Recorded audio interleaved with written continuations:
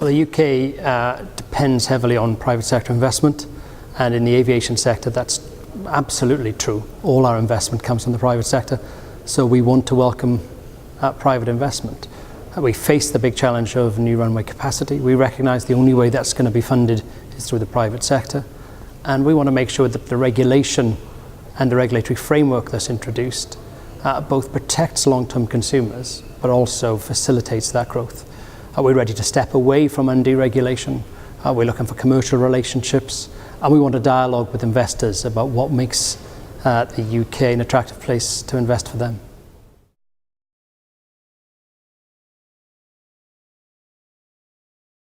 We work very closely with other sectoral regulators. We have this thing called the UK Regulators Network, and we're a leading player there. We look at cost of capital trends, we look at affordability, cross-infrastructure schemes. But in many ways as well, aviation is unique. We only regulate a very small subset of the marketplace. There are key intermediaries between the end consumer and the airports as well. So it's not an obvious sector that can read directly across from natural monopolies and utilities.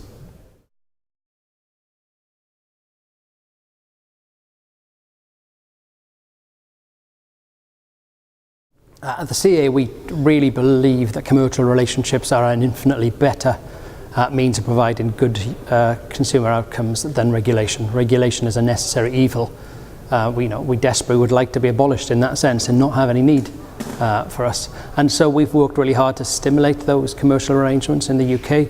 So in the UK, we've deregulated Stansted because of the strength of commercial relationships, and we worked extremely hard with Gatwick Airport and its customers, the major airlines at Gatwick, to develop a quite innovative form of regulation that allows the customers to have bilateral relationships with the airline, but then has a license, which means that there's a baseline protection for all consumers.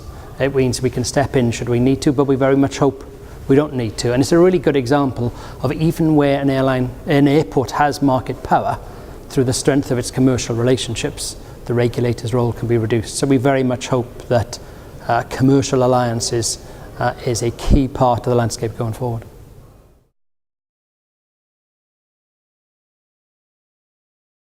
Well, we face a general election in the UK in the spring of next year, and there's a key decision around airport capacity that will be really on the desks of the new government immediately after the election.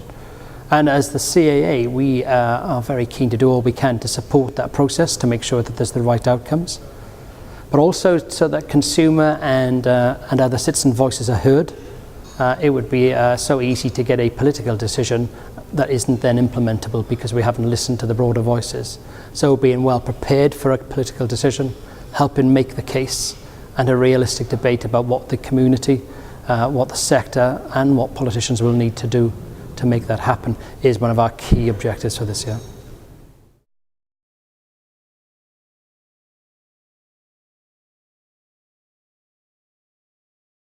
The first test really for any regulator is first do no harm.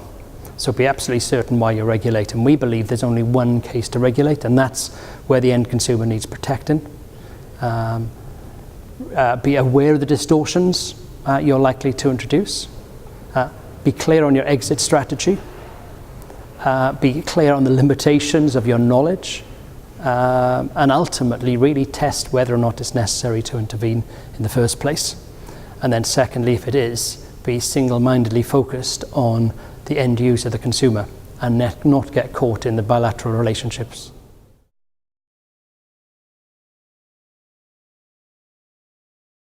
Well, I speak in a personal capacity there, but for me, the biggest challenge and opportunity that's facing certainly Western aviation over the next 10 years, I think is twofold. First of all, it is to benefit from the massive expansion in aviation in the Middle and Far East.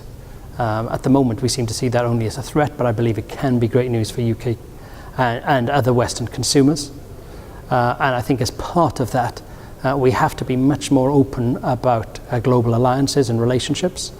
We mustn't go back on the progress of liberalisation we've made over the last 15, 20 years. as some people seem to think is a necessary part of, as a defensive reaction.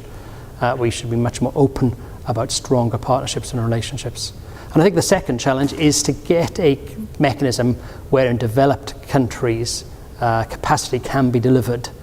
I'm a real believer in the power of social media, but equally that does mean that the levels of opposition to new schemes, I think, will increase exponentially.